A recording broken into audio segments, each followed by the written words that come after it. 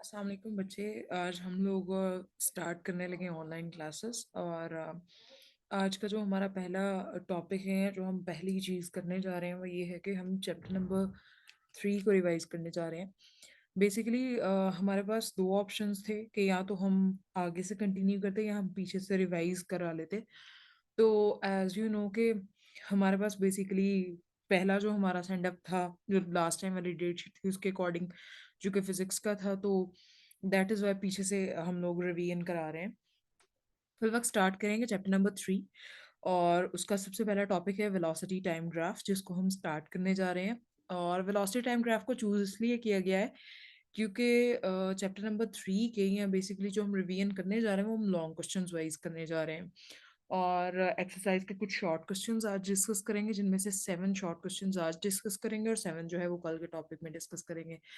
जबकि जहाँ तक वेलोसिटी टाइम ग्राफ की बात है, तो वेलोसिटी टाइम ग्राफ जो है वो लास्ट जो बैक 2 इयर्स अगर हम बैक चले जाएं तो as a long question appear हुआ हुआ था वेलोसिटी टाइम ग्राफ। तो दैट इज वाई हमारा इसको पहले डिस्कस करना जरूरी है।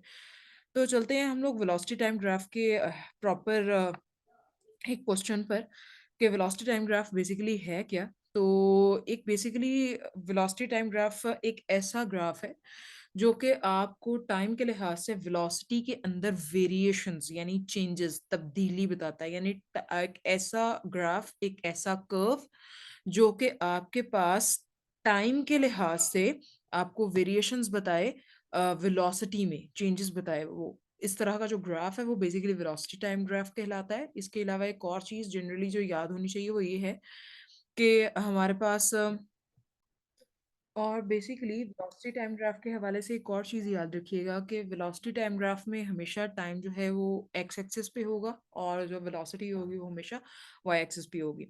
अब जनरली जो चंद बातें हैं हम लोगों ने जो सीखनी है वेलोसिटी टाइम ग्राफ के बारे में, उसकी जो फिजिकल सिग्निफिकेंस है या उसका उससे हमें क्या ड्रॉ करने से फ़ायदा होता है, बेसिकली वो हम लोग सीखेंगे सिग्निफिकेंस के अंदर। तो 3 पॉइंट्स है बेसिकली जिसको हम सबसे पहले सीख लेते हैं कि किसी भी वेलोसिटी टाइम ग्राफ की जो लाइन है ना, मतलब बेसिकली जो आप ड्रॉ कर रहे हो, जो लाइन वेलोसिटी टाइम ग्राफ जो रिप्रेजेंट, जो लाइन आप ड्रॉ कर रहे हो, उस लाइन के नीचे वाला जो एरिया है अगर आप वो कैलकुलेट कर लो तो वो आपको बताएगा कि आपकी बॉडी ने कितना डिस्टेंस कवर किया है। यानी कि सिंपली पहला जो पॉइंट है इसके बारे में वो ये है कि किसी भी वेलोसिटी टाइम ग्राफ के नीचे वाला जो एरिया है, एरिया अंडर दैट ग्राफ, वो हमारे पास distance covered by the body के इक्वल होगा। नंबर 2, हमारे पास अगर हम उसकी स्लोप निकालें तो स्लोप जो है वो हमारे पास उस वेलोसिटी टाइम ग्राफ की एवरेज एक्सेलरेशन के बराबर होगी। एंड स्लोप से मुराद यहाँ पर बेसिकली है कि y2 minus y1। y2 basically एक पॉइंट है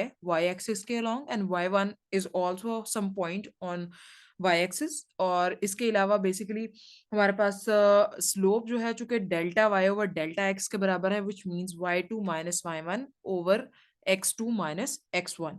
तो x2 is the second point on x-axis and y2 is the corresponding point on y-axis। इसी तरह से x1 जो है वो पहला पॉइंट है x-axis पे और y1 जो है उसके कॉरस्पॉन्डिंग पॉइंट है y-axis पर। ठीक है, हमारे पास स्लोप जो है, अगर किसी टेंजेंट टेंजेंट के बारे में ये याद रखिएगा, टेंजेंट किसी भी कर्व के ऊपर एक ऐसी लाइन होती है जो कि हमारे पास सिर्फ उस कर्व को एक सिंगल पॉइंट पर टच करे, उस लाइन को हम टेंजेंट कहते हैं। तो अगर हम किसी टेंजेंट का स्लोप निकालेंगे तो हमारे पास बेसिकली वो इंस्टेंटेनियस एक्सेलरेशन के इक्वल आ जाएगा। तो समराइज करते हुए इन शॉर्ट हमारे पास कुछ इस तरह से हो गया कि वेलोसिटी टाइम ग्राफ के नीचे वाला जो एरिया है अगर हम वो कैलकुलेट कर लें तो वो डिस्टेंस के बराबर होता है जो कि आपकी बॉडी कवर कर रही है।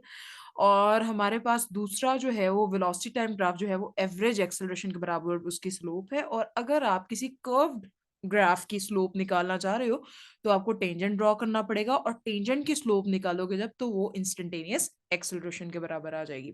अब इसको आगे कंटिन्यू करते हैं। हम लोगों ने 3 डिफरेंट ग्राफ्स डिस्कस करने हैं, तो हम तीनों डिफरेंट ग्राफ्स को हम लोग सबसे पहले मेंशन कर लेते हैं कि velocity time graph for 3 different journeys कि हम 3 तरह से जो है वो वेलोसिटी को कंसिडर करेंगे। एक दफा हम कहेंगे कि कांस्टेंट वेलोसिटी है, एक दफा एक्सेलरेशन कांस्टेंट है और एक दफा एक्सेलरेशन भी कांस्टेंट नहीं है बल्कि वेरिएबल है। तो सबसे पहला जो हमारा केस है जिसको हम डिस्कस करने जा रहे हैं दैट इज कि जब बॉडी एक कांस्टेंट वेलोसिटी से मूव कर रही है। अच्छा, इस बारे में समझने के लिए ना सिंपली ये याद रखिएगा कि अगर जब टाइम 2 सेकंड्स था, तब भी आपकी वेलोसिटी 2 मीटर पर सेकंड थी। जब टाइम 5 सेकंड्स हुआ, तब भी आपकी वेलोसिटी 2 मीटर पर सेकंड थी। जब टाइम 10 सेकंड्स हुआ, तब भी आपकी वेलोसिटी 2 मीटर पर सेकंड है। यानी वेलोसिटी में चेंज आ ही नहीं रहा। यानी जो बॉडी है केस नंबर 1 में, वो ऐसे मूव कर रही है कि उसकी वेलोसिटी बिल्कुल सेम रह रही है, चेंज नहीं हो रही, ठीक है? तो याद रखिएगा कि इस केस में जो ग्राफ होगा ना, वेलोसिटी टाइम ग्राफ, वो एक हॉरिजॉन्टल स्ट्रेट लाइन होगी और एक ऐसी बेसिकली वो लाइन होगी जो टाइम एक्सिस के पैरेलल हो। और टाइम एक्सिस के पैरेलल होने से मुराद ये है कि टाइम एक्सिस अगर हॉरिजॉन्टल जो है वो डायरेक्शन में, तो वेलोसिटी की जो वेलोसिटी टाइम का जो ग्राफ है वो भी एक हॉरिजॉन्टल डायरेक्शन में होगा। अब देखेंगे जरा, यहाँ पे गौर कीजिएगा कि ये जो ग्राफ है ना, बेसिकली ये यहाँ पर एक्स एक्सिस पे हमने टाइम को लिया हुआ है और वाई एक्सिस पे हम लोगों ने वेलोसिटी को लिया हुआ है। अब जरा गौर करेंगे, जो कटिंग पॉइंट है ना, ये जो पॉइंट ऑफ इंटरसेक्शन है, that is basically representing zero time है और अभी जीरो ही वेलोसिटी है। स्टार्ट करते हैं टाइम इंक्रीज करके। लेट्स से अभी जहां पे आपको माउस नजर आ रहा है, ये बेसिकली कर्सर बेसिकली जहां पे नजर आ रहा है, ये बेसिकली 1 सेकेंड है अगर सपोज, तो इस पर भी वेलोसिटी आप देख रहे हो कि सेम रह रही है। उसके बाद टाइम जब 2 सेकंड हुआ, तब भी वेलोसिटी सेम रह रही है, 2 मीटर पर सेकंड, यानी इतनी वेलोसिटी रह रही है। फिर उसके बाद टाइम 3 सेकंड्स हुआ, तो वेलोसिटी उतनी ही है। 4 सेकंड्स हुआ, वेलोसिटी उतनी ही है। मतलब लाइक जितना भी टाइम आप इंक्रीज कर रहे हो, आप देख रहे हो कि वेलोसिटी चेंज नहीं हो रही। तो चूंकि वेलोसिटी चेंज नहीं हो रही, तो आप इन सारे पॉइंट्स को जब आप ज्वाइन करोगे, तो आपके पास सिंपल ये एक हॉरिजॉन्टल स्ट्रेट लाइन आ जाएगी। तो हम ये मेंशन कर सकते हैं कि when the body moves with a constant velocity, constant यानी सेम, चेंज नहीं हो रही, for the time t, पूरे टाइम जो ओवरऑल जितना भी जर्नी का टाइम है ना, उस सारे टाइम के लिए, देन अगर हमने डिस्टेंस कवर करना है तो वो किसके बराबर होगा? अब फिजिकल सिग्निफिकेंस वाली बात मैं रिमाइंड करा दूं कि किसी भी ग्राफ, वेलोसिटी टाइम ग्राफ के जो नीचे वाला एरिया है, वो आपको, अगर आप वो कैलकुलेट कर लेते हो, तो वो आपको डिस्टेंस कवर्ड के बारे में इंफॉर्मेशन देता है। अब यहाँ पे ये जो आपको ऑरेंज कलर की लाइन नजर आ रही है, ये बेसिकली वेलोसिटी टाइम ग्राफ है। और ये जो नीचे ब्लू लाइंस या ब्लैक लाइंस आपको नजर आ रही हैं, जो कर्व सी ड्रॉ हुई हैं, ये बेसिकली रिप्रेजेंट कर रही हैं कि ये सारा एरिया इस ग्राफ के नीचे का है। तो इसको कंफ्यूज नहीं कीजिएगा। तो ये जो सारा ग्राफ के नीचे का एरिया ना, ये बेसिकली बच्चे हमारे पास रिप्रेजेंट कर रहा है कि ये सारा ओवरऑल इस ग्राफ के नीचे का पोर्शन है। तो अगर मैं इसको क्लोज थोड़ा सा करके देखूं, तो मैं ये देखूंगी कि ये तो एक रेक्टेंगल है। रेक्टेंगल एक ऐसी शेप है ना, जिसकी सामने वाली दो साइड्स की लेंथ इक्वल होती है, जैसे इन दो साइड्स की इक्वल है और जैसे इन दो साइड्स की भी लेंथ जो है वो क्या है, इक्वल। तो मैंने फॉर्मूला लिखा कि distance covered by the body किसके बराबर है? एरिया ऑफ द रेक्टेंगल के बराबर है। डिस्टेंस को हम एस से रिप्रेजेंट करते हैं, तो सिंपली मैंने उसको एस से रिप्रेजेंट कर लिया। एरिया ऑफ द रेक्टेंगल निकालना हो तो लेंथ मल्टीप्लाइड बाय विड्थ है उसका फॉर्मूला। अगर मैं लेंथ और विड्थ को जरा देखूं, तो एक्स एक्सिस पे जरा देखें आप, ये जीरो से स्टार्ट हो रहा है और ये टी तक मूव कर रहा है आपका ग्राफ। और इसी तरह से ये जीरो से स्टार्ट हो रहा है वाई एक्सिस वाला पोर्शन, और ये जा रहा है वी तक। तो सिंपली मैंने एक दफा वाई लेंथ निकालने के लिए सिंपली क्या किया, मैंने देखा जीरो एक पॉइंट है और एक पॉइंट वी है, तो मैंने वी माइनस जीरो लेंथ को लिख दिया वी। और इसी तरह से अगर मैं इसको विड्थ कह रही हूँ, अपनी चौड़ाई कह रही हूँ, तो बेसिकली यहाँ पर ये टी जीरो से स्टार्ट हुआ और ये टी तक गया, तो टी माइनस जीरो विड्थ क्या आ गई, टी। तो डिस्टेंस का सिंपली फॉर्मूला आ गया S is equal to V T. अब है केस नंबर 2। अब देखें, हम लोगों ने पहला केस पढ़ा जिसमें आपकी बॉडी कांस्टेंट एक्सेलरेशन से क्या, कांस्टेंट वेलोसिटी से क्या कर रही थी, मूव कर रही थी। और जब चीजें कांस्टेंट वेलोसिटी से मूव कर रही हो, तो उनका मतलब होता है सिंपली कि उनके जो एक्सेलरेशन है वो बेसिकली जीरो है, ठीक है। लेकिन अब केस नंबर 2 में हम ये कर रहे हैं कि हम ये इमेजिन कर रहे हैं कि अब की बार जो हमारी बॉडी है ना, वो वेरिएबल वेलोसिटी से मूव कर रही है। वेरिएबल वेलोसिटी का मतलब ये है कि अब की बार वेलोसिटी जो है वो चेंज उसमें आ रहा है, लेकिन उसमें इक्वल तरह का चेंज आ रहा है। यानी हर 2 सेकंड्स के बाद इक्वल तरह से वेलोसिटी इंक्रीज करिए। लेट से 2 सेकंड्स पे जो है वो हमारे पास वेलोसिटी जो है वो इन केस 2 मीटर पर सेकंड है। तो जब 3 हुआ, टाइम जब 2, ओके, 2 सेकंड्स पे अगर 2 मीटर पर सेकंड है और 3 सेकंड्स पे 3 मीटर पर सेकंड है, यानी 1 सेकंड के डिफरेंस से जब भी हम आते हैं, तो 1 मीटर पर सेकंड जो वेलोसिटी है वो इंक्रीज कर जाती है। यानी कि इक्वल वेलोसिटी चेंजेस आ रहे हैं इक्वल इंटरवल ऑफ टाइम में। तो उस केस में आप कहते हो कि आपकी बॉडी कांस्टेंट एक्सेलरेशन के साथ क्या कर रही है, मूव कर रही है। अच्छा, अब इस केस में हमारा जो वेलोसिटी टाइम ग्राफ है ना, वो एक ऐसी स्ट्रेट लाइन है जो कि बेसिकली इंक्लाइंड स्ट्रेट लाइन जिसको आप जनरली कहते हो ना, वो वाला केस है। जैसे यहाँ पर देखो कि हमारे पास ये जो स्ट्रेट लाइन आपको नजर आ रही है ना, ये बेसिकली जो इंक्लाइंड स्ट्रेट लाइन है, ठीक है। ये आपका ग्राफ तब होगा जब आपकी जो एक्सेलरेशन है वो कांस्टेंट हो, ठीक है। इस केस में मैंने कहा है कि the velocity time graph is a straight line, एक सीधी लाइन होगी which rises same height for equal intervals of time. जब आपका टाइम इक्वली चेंज होगा तो आपका ग्राफ उतना ही, मतलब उसी लिहाज से, जैसे मैंने अभी थोड़ी देर पहले एग्जांपल दी कि अगर आपका टाइम 1 सेकंड के इंटरवल से चेंज हो रहा है तो आपकी जो वेलोसिटी है वो हर बार उतने ही हिसाब से इंक्रीज कर रही है, ठीक है। यानी एक ही हिसाब से इंक्रीज करिए, यानी हर इंटरवल के बाद लेट्स से कि हम कहते हैं 2 मीटर पर सेकंड के हिसाब से इंक्रीज करिए, तो पहले अगर वेलोसिटी 2 थी, फिर 4 मीटर पर सेकंड हो गई, फिर 6 मीटर पर सेकंड हो गई, यानी टाइम इंटरवल भी इक्वल रह रहा है। आप 2 से लेट से 3 पे गए, 3 से 4 पे गए, तो टाइम इंटरवल एक का डिफरेंस है दोनों दोनों टाइम्स में, और लेट से आपकी जो वेलोसिटी डिफरेंसेस आ रहे हैं वो 2 मीटर पर सेकंड के, यानी हमेशा इक्वल इंटरवल्स में इक्वल चेंजेस प्रोड्यूस हो रहे हैं। ऐसे केस में आप कहते हो एक्सेलरेशन कांस्टेंट है, ठीक है। ऑल्सो एक चीज के वेलोसिटी 0 से v पर गई है, पहले देखो इस पॉइंट पर जो आपका पॉइंट ऑफ इंटरसेक्शन है उस पॉइंट पर वेलोसिटी 0 है और ये इंक्रीज कर कर v तक चली गई है, ठीक है। और ये सारा कुछ किस टाइम में हुआ है, टाइम टी में हुआ है। अब हमें ये पता है कि हमें डिस्टेंस कवर्ड निकालना है, तो हमें पता है इस केस में जो आपका ग्राफ है ना ये इस तरह से है, ठीक है।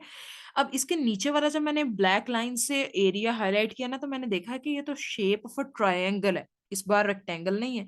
और हमें ये पता है कि एरिया अंडर द कर्व हमेशा बेसिकली जो डिस्टेंस कवर्ड है उसको रिप्रेजेंट कर रहा है। तो एरिया ऑफ द ट्रायंगल कैसे निकालते हैं, half base multiplied by height. Graph से अगर आपने निकालना हो तो एरिया फिर इस तरीके से निकालते हैं। तो एस डिस्टेंस के लिए आ गया, बेस देखे जरा 0 से टी तक जा रही है, ये स्टार्टिंग पॉइंट है 0, दिस पॉइंट इज टी, तो t-0 टी आ गया। हाइट अगर देखो तो यहाँ पे देखो वेलोसिटी, जब आप एक चीज याद रखिएगा कि जब कभी आपने एक ऐसा इधर अगर हम देखें ना, मतलब like starting point Y axis पर 0 है, और जो एंडिंग पॉइंट जहां पे ग्राफ आपका एंड कर रहा है उसके लिहाज से आप ज्वाइन करो इसको वाई एक्सिस के साथ, तो लेट्स से ये वी पॉइंट पर आकर ज्वाइन हुआ, तो v-0 वी आ गया। आप इसको मल्टीप्लाई करोगे तो ये आ जाएगा s is equal to half V T. अगर इनिशियल वैल्यू आपकी 0 थी और फाइनल वैल्यू आपकी v है, तो अगर मैं इसकी एवरेज निकालूं तो एवरेज वेलोसिटी कैसे आ जाएगी, sum of the quantities divided by number of quantities के क्वांटिटीज को ऐड करो और जितनी क्वांटिटीज है उसके नंबर को काउंट करो 1 और 2, तो 2 पे क्या कर दो, डिवाइड कर दो, तो एवरेज वेलोसिटी क्या आ जाएगी, 1/2v आ जाएगी, ठीक है। अब लास्ट वन है जो जिसमें एक्चुअली कोई कैलकुलेशंस इन्वॉल्व नहीं है, लेकिन हम उसको डिस्कस कर लेते हैं कि जब किसी बॉडी की जो एक्सेलरेशन है वो इंक्रीज है, यानी कि अब की बार आपके पास जो कह रहे हो ना आपके इक्वल चेंजेस आ रहे हैं इक्वल इंटरवल्स ऑफ टाइम में, अब वो नहीं हो रहा। अब बेसिकली अनइक्वल तरह से चेंजेस आ रहे हैं, एक्सेलरेशन इसकी बार इंक्रीज कर रही है। तो उसने कहा कि जब इंक्रीजिंग एक्सेलरेशन होगी ना तो velocity time graph straight line नहीं होगा, वो कर्व्ड होगा, ना ही वो इंक्लाइंड होगा, बेसिकली वो एक कर्व होगा। अच्छा, नेक्स्ट उसने ना इस ग्राफ पर बच्चे हमारे पास सिंपली एक पॉइंट ले लिया है ए, ठीक है। अब इस पॉइंट पर अगर हमें एक्सेलरेशन चाहिए तो हम सिंपली क्या करेंगे, इस पॉइंट पे एक टेंजेंट ड्रॉ करेंगे। टेंजेंट वंस अगेन एक ऐसी लाइन है जो इस ग्राफ को, इस कर्व को सिर्फ एक सिंगल पॉइंट पर टच कर रहा है, और इस टेंजेंट की बेसिकली हम क्या करेंगे, स्लोप निकालेंगे। जब हम इसकी स्लोप निकालेंगे तो वो हमें बेसिकली बता देगा इंस्टेंटेनियस एक्सेलरेशन के बारे में। जैसे फिजिकल सिग्निफिकेंस में वंस अगेन रिवाइज करा दूं, एरिया अंडर द कर्व जो है वो आपको डिस्टेंस कवर्ड के बारे में बताता है, स्लोप जो है वो बताती है आपको एवरेज एक्सेलरेशन के बारे में। लेकिन if it is a slope of a tangent at a curve at a point, तो हमारे पास टेंजेंट की अगर स्लोप है तो फिर उस केस में वो इंस्टेंटेनियस एक्सेलरेशन के बारे में बताएगा। तो सिंपली तीन जर्नीज थी। एक में आपकी वेलोसिटी कांस्टेंट थी, जब वेलोसिटी कांस्टेंट थी तो एक्सेलरेशन 0 थी, distance covered s is equal to V T के इक्वल था, और आपका जो ग्राफ था वो एक हॉरिजॉन्टल स्ट्रेट लाइन था, एज आपने यहाँ पर देखा इस चीज को।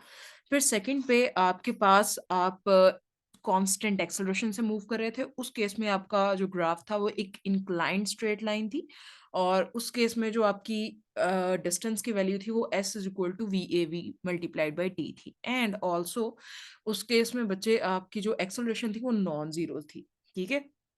और लास्ट वन, जब आपकी वेलोसिटी जो है वो चेंज तो आ रहा है लेकिन अब इंक्रीजिंग एक्सेलरेशन से बॉडी मूव कर रही है, तो उस केस में आपका ग्राफिक कर्व था। नंबर टू, एक्सेलरेशन भी नॉन जीरो थी, एंड यहाँ पर डिस्टेंस कवर्ड की एक्चुअली कोई ऐसी ऐसी बात नहीं हुई। आगे लास्ट पॉइंट है जो कि एक इम्पॉर्टेंट पॉइंट है, जो हमें पता होना चाहिए कि वेलोसिटी टाइम ग्राफ कभी भी ऐसा नहीं होगा कि वो टाइम एक्सिस के परपेंडिकुलर आ जाए। उसकी रीजन ये है कि जब हम इस केस में स्लोप निकालते हैं, तो स्लोप बेसिकली क्या है, वाई एक्सिस पे जो भी चीज है y2 minus y1 divided by x2 minus x1। तो जरा देखो, एक पॉइंट मैंने यहाँ पे ले लिया, लेट से this is the first point, and ये एक पॉइंट मैंने ग्राफ पे यहाँ ले लिया, this is the second point. तो जब मैंने सेकंड पॉइंट पर y की वैल्यू, y एक्सिस पे जो भी चीज है उसकी वैल्यू देखी, तो वो v2 थी, और फर्स्ट पॉइंट पे जो y एक्सिस की वैल्यू है वो v1 थी, तो v2 माइनस v1। और ये जो इसकी, अगर आप इस ग्राफ को देखो तो दोनों पॉइंट्स पर, point number one and point number two, दोनों पर टाइम की वैल्यू तो सेम थी, तो t माइनस टी क्या आ गया, zero. Anything divided by zero gives you infinity.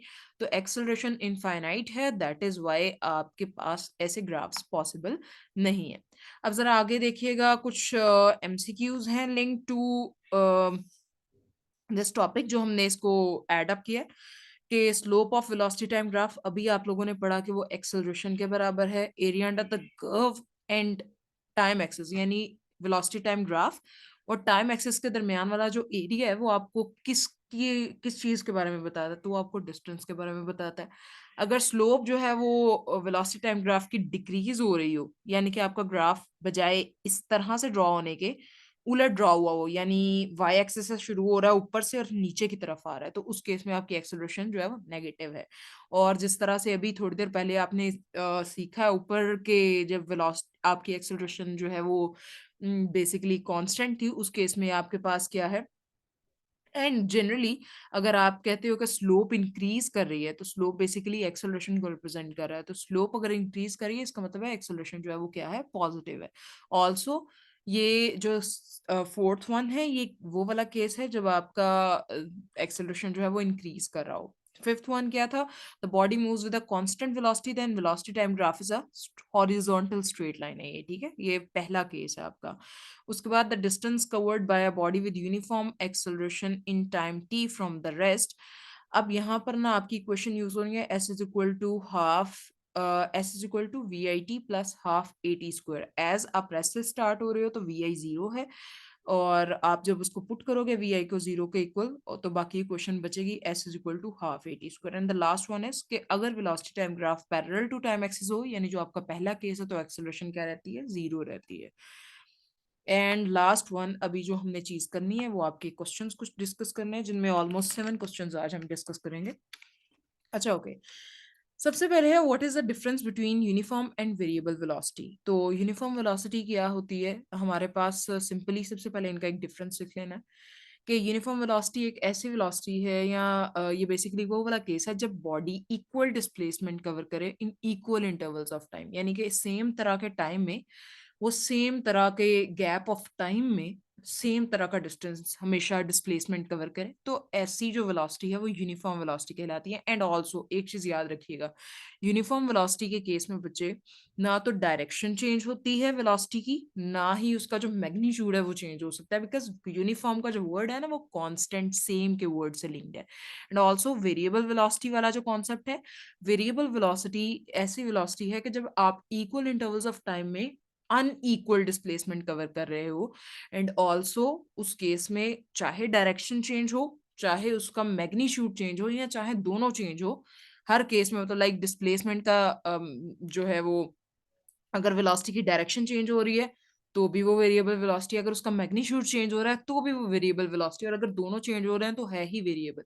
लेकिन अगर तीनों की तीनों चीजें कांस्टेंट रह रही हैं तो यूनिफॉर्म है, अगर तीनों में से एक भी कुछ चेंज हो रहा है तो मतलब लाइक तीनों से मुराद ये है कि मैग्नीट्यूड, डायरेक्शन एंड बोथ, ठीक है। तो हमारे पास अगर तीनों में से कुछ एक भी चेंज हो रहा है तो इट इज वेरिएबल वेलोसिटी, ठीक है।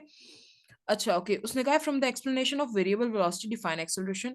उसने कहा कि वेरिएबल वेलोसिटी को डिफाइन करते हुए आपने एक्सेलरेशन के बारे में बताना है। तो एक्सेलरेशन क्या है? It is the rate of change of velocity with respect to time. Time के लिहाज से वेलोसिटी में जो चेंज है उसको एक्सेलरेशन कहते हैं। गिव द ऐसे units of velocity and acceleration. तो वेलोसिटी के बारे में हमें पता है कि उसके यूनिट्स मीटर पर सेकंड है, और जो एक्सेलरेशन है उसके यूनिट्स है मीटर पर सेकंड स्क्वायर। ओके, तो an object is throne, second question, an object is thrown vertically upward. एक कोई सा भी ऑब्जेक्ट आप ले लो, बॉल ले लो, उसको ऊपर की तरफ आपने फेंकना है। Discuss the sign of acceleration due to gravity relative to velocity. उसने कहा है कि वेलोसिटी के लिहाज से एक्सेलरेशन के बारे में बताओ कि उसका साइन क्या होगा जबकि ऑब्जेक्ट अभी हवा में ही है। ठीक है, यानी आपने ऊपर की तरफ जब आपने थ्रो किया ना, तो एक चीज याद रखिएगा, कोई भी चीज जब आप ऊपर की तरफ थ्रो करोगे ना, तो उसकी वेलोसिटी की डायरेक्शन तो ऊपर की तरफ है, क्योंकि वो जा ऊपर की तरफ रहा है। और ग्रेविटी चूंकि जमीन से वो दूर जा रहा है, तो ग्रेविटी ने उसने उसको जमीन की तरफ खींचना है। इसका मतलब है एक्सेलरेशन ड्यू टू ग्रेविटी उसको जमीन की तरफ, नीचे की तरफ खींच रहा है। वेलोसिटी ऊपर की तरफ है, इनिशियल वेलोसिटी की डायरेक्शन, और जो एक्सेलरेशन ड्यू टू ग्रेविटी है ना, वो उसको नीचे की तरफ खींच रही है। अब एक चीज याद रखिएगा कि आपने जहां पर इक्वेशंस ऑफ मोशंस पढ़ी थी ना चैप्टर नंबर 3 में, वहां पर आपने पढ़ा था कि इनिशियल वेलोसिटी को हमेशा हम लोग एज रेफरेंस सेट करते हैं। ठीक है, उसका साइन हमेशा हम एज रेफरेंस लेते हैं। उसके ऑपोजिट जो भी उत्तर वेक्टर होगा ना, वो आपके पास हमेशा उसको नेगेटिव साइन असाइन किया जाता है। तो अगर हम गौर करें इस केस में, जब आप ऊपर की तरफ उसको फेंक रहे हो, तो बेसिकली बच्चे वेलोसिटी की जो डायरेक्शन ऊपर की तरफ है, एक्सेलरेशन की डायरेक्शन नीचे की तरफ है। तो वेलोसिटी अगर हम एज रेफरेंस ले रहे हैं, उसको एक स्टैंडर्ड हमने सेट कर दिया उसकी डायरेक्शन को, तो एक्सेलरेशन तो उसके ऑपोजिट है। तो एक्सेलरेशन दैट इज वाई क्या कहलाएगी? नेगेटिव कहलाएगी इस केस में। और थर्ड वन क्या है? एंड थर्ड वन क्या है कि can velocity of an object reverse the direction when the acceleration is constant. उसने कहा है कि क्या ऐसा मुमकिन है कि किसी ऑब्जेक्ट की वेलोसिटी जो है वो उलट हो जाए उसकी डायरेक्शन, लेकिन एक्सेलरेशन तब भी क्या रहे? कांस्टेंट रहे। इफ सो, अगर ऐसा है, गिव एन एग्जांपल। अच्छा, पहले हम एग्जांपल डिस्कस करेंगे, देन आप लोग डिस्कस कीजिएगा कि किस तरह से जो है ना वो इसको मतलब यस और नो किस तरह से लिखना है। तो हमारे पास ना, जब हम एक ऑब्जेक्ट को ऊपर की तरफ फेंकते हैं, आप सबको ये पता है कि हमने उसको एक खास वेलोसिटी देके ऊपर की तरफ फेंका है। जब बच्चे वो ऊपर की तरफ जा रहा होता है ना, तो आहिस्ता आहिस्ता उसकी जो वेलोसिटी की वैल्यू है ना, वो कम हो रही होती है। एंड हाईएस्ट पॉइंट, जब वो अपनी पीक वैली वैल्यू पे, जितना वो ऊपर जा सकता है उतना वो ऊपर जहां पर चला गया होता है, तो वो अपनी पीक वैल्यू पर जाके उसकी वेलोसिटी जो है ना वो जीरो हो जाती है। पहले उसकी वेलोसिटी की डायरेक्शन ऊपर की तरफ थी, जैसे ही हाईएस्ट पॉइंट पर वेलोसिटी जीरो हुई, ऑटोमेटिकली इसने ग्रेविटी चूंकि उसको अट्रैक्ट कर रही है अपनी तरफ, उसने नीचे की तरफ ट्रैवल करना शुरू कर देना है। तो एक पोर्शन में जब वो ऊपर की तरफ जा रहा था, उसकी वेलोसिटी की डायरेक्शन ऊपर की तरफ थी, लेकिन जब वो नीचे की तरफ आ रहा है, अब हाईएस्ट पॉइंट से नीचे की तरफ आया, तो उसकी वेलोसिटी की डायरेक्शन उलट हो गई है। लेकिन एक्सेलरेशन ड्यू टू ग्रेविटी अगर एक बार प्लस जी के बराबर है, दूसरी बार माइनस जी के, तो दोनों केसेस में अगर हम वैल्यू देखें ना उसकी, तो वो 9.8 मीटर पर सेकंड स्क्वायर ही रहती है। तो यानी यस, इट इज पॉसिबल। और ये कब है? कि जब आप किसी भी ऑब्जेक्ट को ऊपर की तरफ फेंकोगे, तो उसकी डायरेक्शन ऊपर की तरफ होगी वेलोसिटी की, और जब वो हाईएस्ट पॉइंट से नीचे की तरफ आएगा, तो उसकी वेलोसिटी की डायरेक्शन ऑटोमेटिकली रिवर्स हो जाएगी, लेकिन उसकी एक्सेलरेशन हमेशा कांस्टेंट रहेगी। और उस कांस्टेंट की वैल्यू आपने लाजमी डिस्कस करनी है, विच इज 9.8 मीटर पर सेकंड, यानी ब्रैकेट्स में लाजमी मेंशन कर दीजिएगा। क्वेश्चन नंबर 4 क्या है? An object have constant velocity even at speed is changing. बच्चे एक चीज याद रखिएगा कि स्पीड जो होती है ना, वो वेलोसिटी का मैग्नीट्यूड है। अगर वो वेलोसिटी का मैग्नीट्यूड है, और अभी थोड़ी देर पहले ये डिस्कशन हुई कि वेलोसिटी जो होती है ना, वो कांस्टेंट तब कहलाती है जब उसका मैग्नीट्यूड प्लस उसकी डायरेक्शन दोनों ही सेम रहे। ठीक है, अगर स्पीड चेंज हो रही है, इसका मतलब है कि वेलोसिटी का मैग्नीट्यूड चेंज हो रहा है। तो अगर वेलोसिटी का मैग्नीट्यूड चेंज हो रहा है, तो बच्चे वेलोसिटी इज अ वेक्टर। तो अगर उसका मैग्नीट्यूड चेंज हो रहा है, तो उसका वो खुद कभी भी कांस्टेंट नहीं रहेगी। एक वेक्टर अगर उसका मैग्नीट्यूड भी चेंज हो या उसकी डायरेक्शन चेंज हो या दोनों ही चेंज हो, तीनों केसेस में जो वेक्टर है वो बेसिकली कांस्टेंट नहीं रह सकता। तो अगर स्पीड जो है वो मैग्नीट्यूड ऑफ वेलोसिटी है, तो सिंपली बच्चे, अगर मैग्नीट्यूड ऑफ वेलोसिटी चेंज हो रहा है, तो वेलोसिटी कभी भी कांस्टेंट नहीं होगी। तो ये स्टेटमेंट फॉल्स है। ठीक है, an object have constant speed even its velocity is changing. तो ये ट्रू है। ऐसा इसलिए है क्योंकि वेलोसिटी जरूरी तो नहीं कि मैग्नीट्यूड की वजह से चेंज हो रही हो। वेलोसिटी जो है वो डायरेक्शन की वजह से भी तो चेंज हो सकती है। तो पॉसिबल है कि वेलोसिटी डायरेक्शन की वजह से अगर चेंज हो रही है, दो वेलोसिटी का मैग्नीट्यूड तो कांस्टेंट रहेगा, यानी स्पीड कांस्टेंट रहेगी, इट मींस कि ये ट्रू है। An object can have zero velocity even its acceleration is not zero. उसने कहा कि ये तब है बेसिकली जब आप ना कार को ब्रेक अप्लाई करते हो तो फौरन से वेलोसिटी जो है ना वो जीरो हो जाती है और एक्सेलरेशन उस केस में नॉन जीरो रहती है, तो ये बेसिकली हमारे पास ट्रू है। An object have constant acceleration can reverse its velocity, तो यस, अभी ये क्वेश्चन नंबर 3 में आपने एग्जैक्टली सेम बात पढ़ी है कि ऐसा पॉसिबल है, ठीक है। उसके बाद क्या है, क्वेश्चन नंबर 5 है, एक आदमी जो है, a man standing on the top of a tower, आप टॉवर आप अपनी रूफ को इमेजिन कर लो, छत पे आप खड़े हो, throws a ball straight up with the initial velocity vi and at the same point throws a second ball straight down with the same speed. Which ball have the largest speed when it strike the ground? Ignore air friction. अच्छा बच्चे, अब इस question को समझते हैं। आप imagine करो कि आप ना अपनी छत पे खड़े हो और आपके हाथ में ना दो बॉल्स हैं। आपने दोनों बॉल्स को सेम स्पीड के से साथ एक बॉल को नीचे की तरफ फेंक दिया और सेम स्पीड के साथ एक बॉल को ऊपर की तरफ फेंक दिया। अच्छा, अब जो ऊपर की तरफ बॉल जा रही है ना, सबसे पहले हम उसको इमेजिन करते हैं कि जो ऊपर की तरफ बॉल जा रही है ना, उसकी स्पीड आहिस्ता आहिस्ता डिक्रीज करेगी एंड हाईएस्ट पॉइंट पर जाके उसकी स्पीड जीरो हो जाएगी। वापस से जब वो हाईएस्ट पॉइंट से नीचे ग्रेविटी की वजह से आना शुरू करेगी, तो बच्चे उसका जो स्पीड है वो इंक्रीज करते करते जब आप उस जिस पॉइंट से उसको आपने थ्रो किया था ना, उस पॉइंट पर जब वो दोबारा वापस आ जाएगा ना, बॉल आपका जो आपने फेंका था, तो उस केस में उसकी स्पीड उतनी, यानी लेट से सबसे पहले 5 पे आपने फेंका था, 5 मीटर पर सेकंड के लिहाज से फेंका था, 4 3 2 1 एंड 0, फिर देन 0 से वापस जब उसने नीचे की तरफ आना है, 1 2 3 4 5, वो वापस उसी पॉइंट पे आ गई है।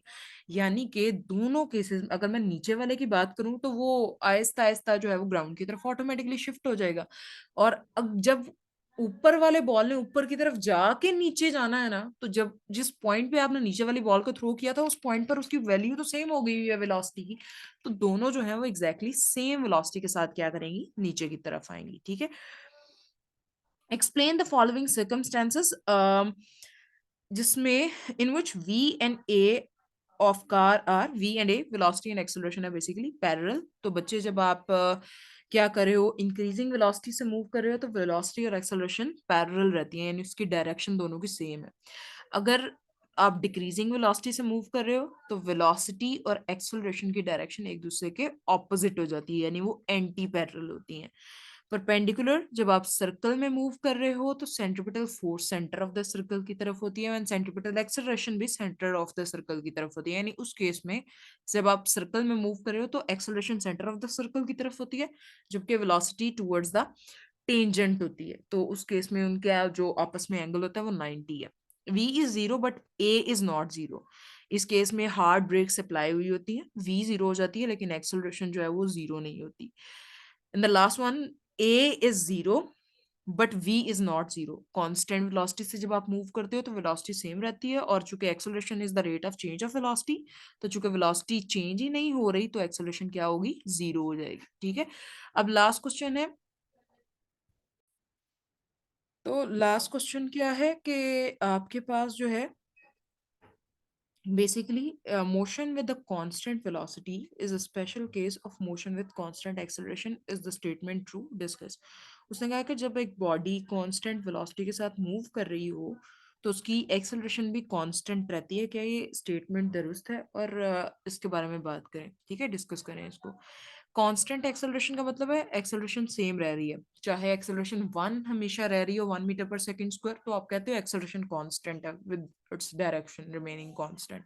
अच्छा, अगर ये 2 मीटर पर सेकंड है तो भी हम इसको हमेशा 2 मीटर पर सेकंड स्क्वायर रह रही है तो हम कहोगे कहेंगे कि एक्सेलरेशन कांस्टेंट है। अगर इवन जीरो भी है तो हम कहेंगे कि एक्सेलरेशन कांस्टेंट है। तो इन जरा डिस्कस करते हैं इसको। कांस्टेंट वेलोसिटी से जब तक आपका ऑब्जेक्ट मूव करेगा तो कांस्टेंट वेलोसिटी का मतलब है वेलोसिटी में किसी तरह का चेंज नहीं आ रहा, ना उसकी डायरेक्शन में ना उसके मैग्नीट्यूड में। तो अगर वेलोसिटी में चेंज नहीं है तो एक्सेलरेशन हमेशा क्या रहेगी, जीरो। तो यस वी कैन से कि जब कोई बॉडी कांस्टेंट वेलोसिटी साथ जब तक वो कांस्टेंट वेलोसिटी के साथ मूव करती रहेगी तो उसकी एक्सेलरेशन कांस्टेंट रहेगी, और एक्सेलरेशन कांस्टेंट रहने का मतलब है कि उसकी जो एक्सेलरेशन है वो हमेशा एक तरह की रहेगी, विच मीन 0 मीटर पर सेकंड स्क्वायर रहेगी एक्सेलरेशन उसकी।